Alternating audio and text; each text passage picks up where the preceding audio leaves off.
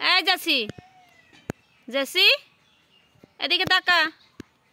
এই বল, এই যে দিনের পর দিন খালি আমি এই টাকা খরচ করতেছি।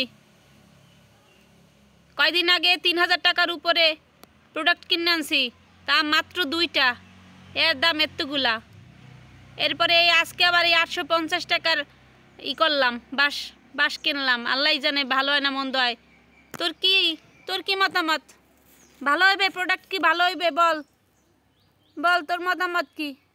কথা বলস না কেন? বোবা হইয়া গেছস? টাকা তো তুই খরচ করস নাই, করছি আমি, তো তুই বোবা হইলি কেন? কোন দুঃখে? তুই কি শোকে পাথর? তোর কি রূপচর্চার জিনিস লাগবে নাকি? চেহারাটা তো ভালোই বানাইছস, ধকধকা ফকফকা। আর এদিকে তোর মালিকের অবস্থা করুন। সে এখন চিন্তা করছে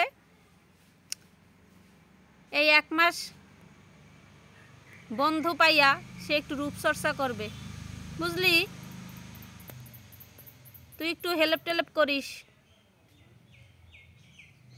এরপরে আবার একটা বুকশেলফ অর্ডার করছি, কতগুলো টাকা দিয়ে, আল্লাহ জানে কি হয় না হয়।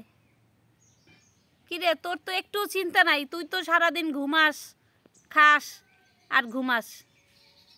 এদিকে তোর মালিকের টাকার পর টাকা যাইতেছে।